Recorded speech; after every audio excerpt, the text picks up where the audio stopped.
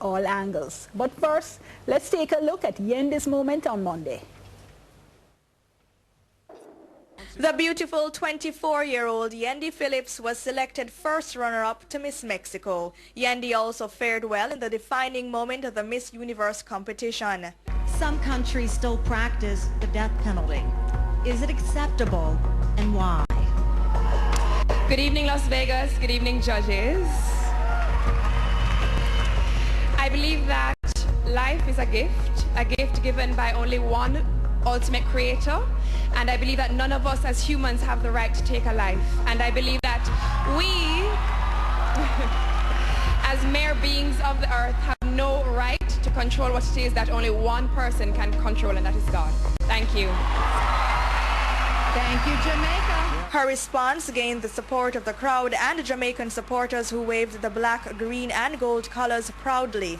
And then all hearts stopped when it boiled down to just two contestants, Miss Mexico and Miss Jamaica. All right, here we go. Their fates have been determined, and there is no turning back now. One of them is about to become Miss Universe 2010. Now, we should remind you, if for any reason the new Miss Universe cannot fulfill her duties, the first runner-up will take over. Okay, here we go. Ready? I can't breathe. My heart's a pumping. First runner-up is Jamaica, which means Mexico. You are Miss Universe 2010. Yendi had competed against 82 women from across the world. In a recent interview with Television Jamaica's Smile Jamaica program, the Miss Jamaica Universe winner said she was elated and felt prepared to do a great job in the pageant. Yendi was crowned Miss Jamaica World in 2007. She's the third woman to win both the Miss Jamaica Universe and Miss Jamaica World titles. Meanwhile, Miss Universe 2010 had her moment. Congratulations, Miss Mexico. Please enjoy this moment as you take your first walk as Miss Universe 2010.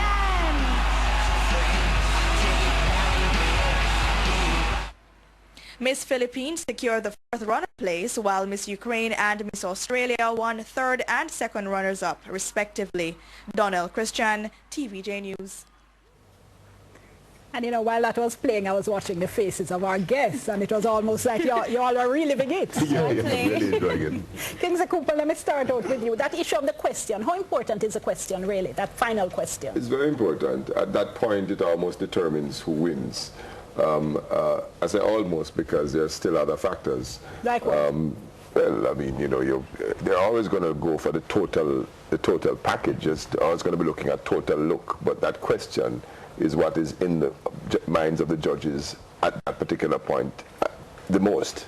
Because what a lot of Jamaicans were doing, I think, was adding up the points as the sections went along. And they were saying, okay, so it's a question that's now going to decide it. So she wins, she takes it, and then saying, huh, what happened? Right. Well, I mean, it's either that the judges felt that she didn't give the best answer, or when that was added to everything else, they felt that Miss Mexico would have edged her out. I mean, that's the logical result of that process, looking at, you know, at what must have occurred. Yes, you're the former franchise holder for Miss Universe. What's the kind of advice to people, to the contestants, when they get those kinds of political questions? It's hard. They're very charged, those kinds of questions. It's hard to anticipate a lot of these questions. And I guess you can do two things. You can play it safe and say what's politically correct, if there is such a thing, because of course Yendi got a very difficult question. Because either side she had come down and she would have had persons who wouldn't agree with her. Very polarizing. Exactly. So you play it safe, or you go for broke. And if you go for broke, you could, you know, win everybody over, or you could lose. So it's always a little tricky, and she got one of those tricky questions. I think she handled it well, and the truth is it doesn't matter at the end of the day which side you come down on, so long as you're convincing. Okay. You know. I think the God thing made a difference. I'm sorry? The comment that she mentioned God in her comment. Not sure. And a lot of Jamaicans said, boy, that's why she lose, because, you know, Americans are atheists. Not sure, because those judges represent the kind of cross-section of American celebrity that, you know, celebrities believe in God a lot, you know.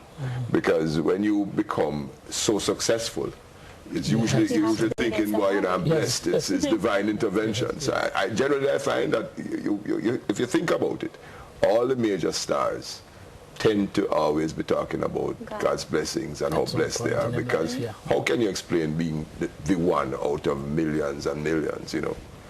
So I don't know if that God would have hurt her. Okay. No, and even at first, she did say, you know, the creator. So anybody could be the creator, whether it be Allah, the Hindu god, and I think she basically just gave her own opinion at the end. So I think she really handled it well. I don't think that's what caused her to not win the crown. And my feeling is, even if she lost because of what she said, she won because she spoke the truth. She spoke how she felt. Right. And I thought it was a very, very honest answer. It was, you know, that's what I felt. When we talk about making history, though, Mr. James, are we overreaching a little bit? I mean, it's a beauty contest. No, are we making too much of it? I think it's appropriate to say it's history, because it comes just like Usain Bolt winning the 100 meters.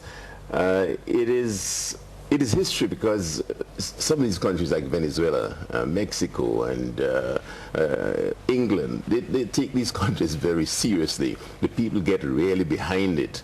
And when you reach to the stage where you become number 2 in the world, you know, it's really an achievement. And I think we should really commend her very much, because a lot of hard work goes into the preparation there.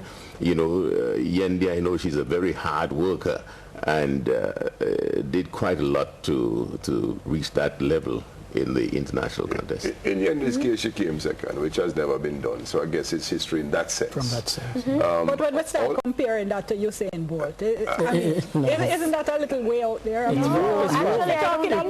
talking about the fastest man in the world, the fastest man in the history of the world, and you're comparing that to a beauty contest. Really? Yes, well, I'll tell you, the same training that Usain has to do, it's, you know, when you look at what has to be done by these contestants, it's just remarkable. We look at it, you know, on a very superficial basis when we talk about a beauty contest. But the girls, they have to go through rigorous programs in an effort to maintain a certain posture, to be chosen by these judges on an international basis, as Yendi has done. I mean, to really emerge as number 2 among 86 countries. For instance, Kingsley and myself were just talking about Venezuela.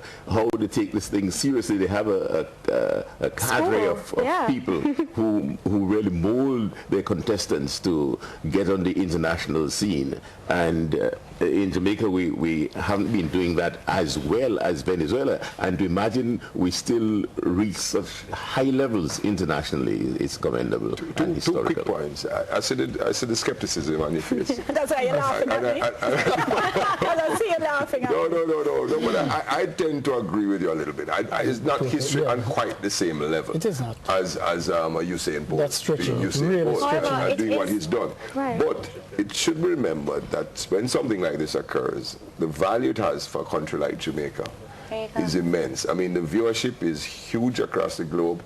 And what it does, it puts Jamaica in such a positive light. And the level of marketing of the Jamaica brand and the positive, which we need, of course, because our imaging has not been the greatest all the time. Right. And certainly in recent years, we have had issues here, such as the recent problem in West Kingston. We had Fashion Week just after that, so I know the effect that had, because it was hell getting anybody to come to Jamaica immediately after. So Yendi doing what she did on the world stage and made everybody feel good about Jamaica, and it has a huge value to Jamaica. Ms. Yap, you were coming in. Well, actually, I was saying, take issue with me as well.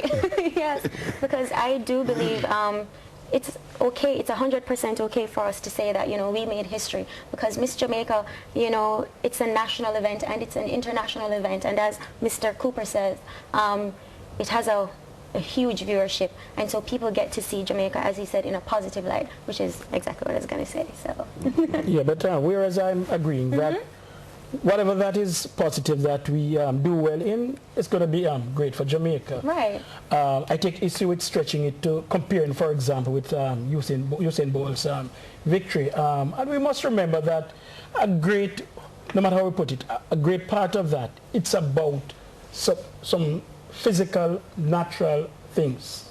How your body structure, and all that sort of thing. And I'm not playing down the fact that... You're talking about Usain now? No, I'm talking about in the case of the beauty contest. It's really... Usain is not entirely different.